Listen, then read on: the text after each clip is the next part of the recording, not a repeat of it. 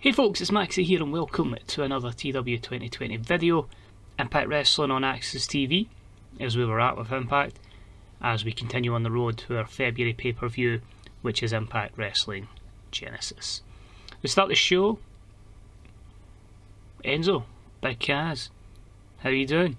So basically here they're just talking about how they've found Impact Wrestling so far. So, you know, couple of good tag teams, couple of bad tag teams. But what I like about this is a 67 rating. So already that takes so much pressure off my main event having to get to a high level. So that's good. So I may rely on a lot more promos from Enzo and Big Kaz. It sounded like a weird recruitment to start with, but I think that's just justifying it off the bat. That 67 promo. They're going to be in action in our opening match of the evening, and they take on AEW's Alex Reynolds and John Silver, and in a decent matchup Enzo and Big Kaz defeat Reynolds and Silver in 11:54 when Enzo pinned Reynolds with a flying crossbody. It's a shame, I really like Reynolds and Silver, but they are AEW talents in this, although to be fair we do have them on open contract, so they technically are our talents as well. But I predominantly want to book folk that I know are going to be here long term, book them strong, which is Enzo and Big Kaz, because if there's any sort of battle between us and AEW, I think Reynolds and Silver are gonna go that way. But a good win and a 47 for our opening matchup. And you can see as well that tag wrestling seems to be getting a lot better ratings than any of the singles matches we've been having on Impact. Can't wait till that's changed because our main event is a singles match. After this one we have Joe Doring and Eric Young out, and Eric Young's just basically saying this is the mess that Impact has become, bringing in, you know, complete idiots like Enzo and Big Kaz, and it's going to be up to Joe Doring and him to take Enzo and Big Kaz out and just restore Impact Wrestling back to normality. So a 40 there. Then a decent matchup from the reaction from the crowd with Subpar Wrestling. Mark Cardona defeats Johnny Swinger in 8:25 with a Rough Rider.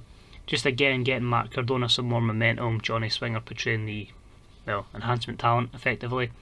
A 39 rated matchup is hampered because of Cardona's injury, but I kinda need him in there just to keep furthering the storyline that is going on in my head.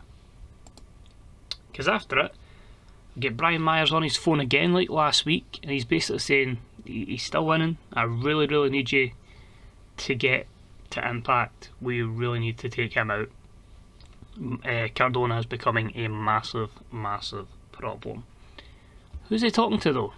If you've any ideas, let me know. But yeah, I'm looking forward to this one. This review could hopefully be decent. But yeah, 39. I don't want to give away too much on that.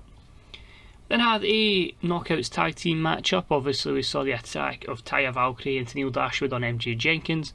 She's teamed up with Killer Kelly, and as you would expect it's Taya and Tennille with the victory in 8:56 when Taya pinned MJ Jenkins with a Northern Lights suplex. A 39, not too bad. As I say, Killer Kelly's still getting exposure in the US. MJ Jenkins is on a one night deal, and you're obviously going to keep the momentum with your contracted workers. Then had a bout that had good heat and decent wrestling, as we had Ken Shamrock destroy Tommy Dreamer in 9:26 with the ankle lock. This was a 43. Ken was off his game unfortunately. I feel bad always making Tommy Dreamer the job guy, but it makes people look so good and plays a perilous, a babyface in peril so well. But you feel so much sympathy for him, but I've got to make Shamrock look strong despite his age. As I say, he's going to be one that's going to be part of a storyline. And backstage, another heated confrontation between the world's most dangerous tag team, and Shamrock just pushes Callahan about and says, look what happens when you're not in my way. Was able to go out there and destroy him. Any more crap from you and it'll be you that will be next, Callahan. So two friends there could be potentially splitting up in a 35 rated segment. Then another matchup that saw Chris Bay defeat Cody Deonna in 9:05 with a Triple C. Trying to give Vibdy a good bit of time, so I'm trying to keep even the lower card matches to 8-9 minutes to give Vibdy exposure. Disappointing with the 36 though, both guys off their game, but obviously Chris with the poor matchup, a defeat, I think it was the Phoenix I want to say, So yeah, trying to just build him back up with a victory here over Cody Deonna. And we then had a 6-person matchup, so I wanted to try and get some of the knockouts in a major matchup, and because of Ethan Page's injury, I had to obviously protect him a little. So we had a decent matchup that saw Rosemary team up with Dinza and Slimani, the Inflictors of Pain, and they defeated Deonna Purrazzo and the North in 13:49 when Deonna was counted out while fighting Rosemary. She basically just got scared and ran away and get counted out. So protects Deonna to an extent, protects the North, and a very respectable 50 rated storyline. But I think you can imagine there's 2 of your matches for Genesis, the Inflictors of Pain against the North, and Rosemary and Deonna for the Knockouts Championship. And after it, we've got basically Rosemary chasing Deonna backstage, and basically Deonna's hiding. Rosemary's like, come out, wherever you are, and she can't seem to find her, and Rosemary gives up, and Deonna's like, phew, she's away, I've survived, sigh of relief. And that's a 42, so pretty good there. So it's going to take a bit of time to build up our Knockouts division. Obviously we'll focus on the champion and a couple of challengers to start with overness, and then over time we'll start to bring everybody else over. But it seems to be on par with our men's main event scene, so respectable, really happy with it so far. And talking about the main event scene, it's not quite the championship, but it is one of our high programmes. We've got Eddie Edwards cutting a promo, face Austin. They won't be in action tonight, but basically Eddie's talking about the confrontation last week where he's saying, you know, if Ace wants to continue getting his way, he's more than happy to take him on and beat him up. So it was a 42 rated promo. Eddie's in the main event against Pentagon. I was hoping that matchup would do well, good rating hopefully, and ensure a popularity gain. The main event itself, 57, so we've got a 57 main event, I've got a 67 top angle. We should be nailing popularity gains here. But a good matchup, so Eddie Edwards defeat Pentagon Jr in 13:50 with a cross-legged Fisherman's Buster.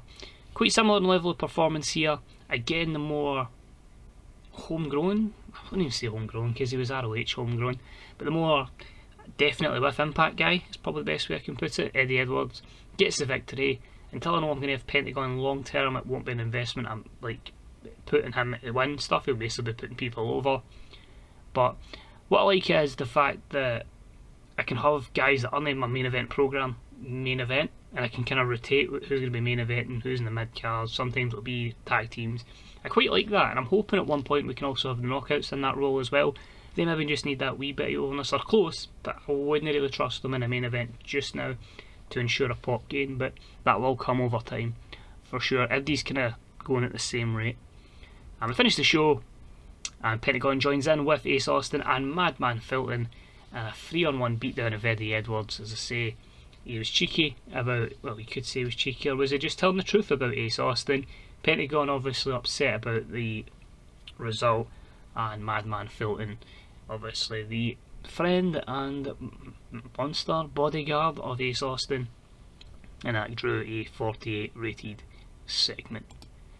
Overall, a 58. I think that might actually be our highest show, but you can see there, very level show.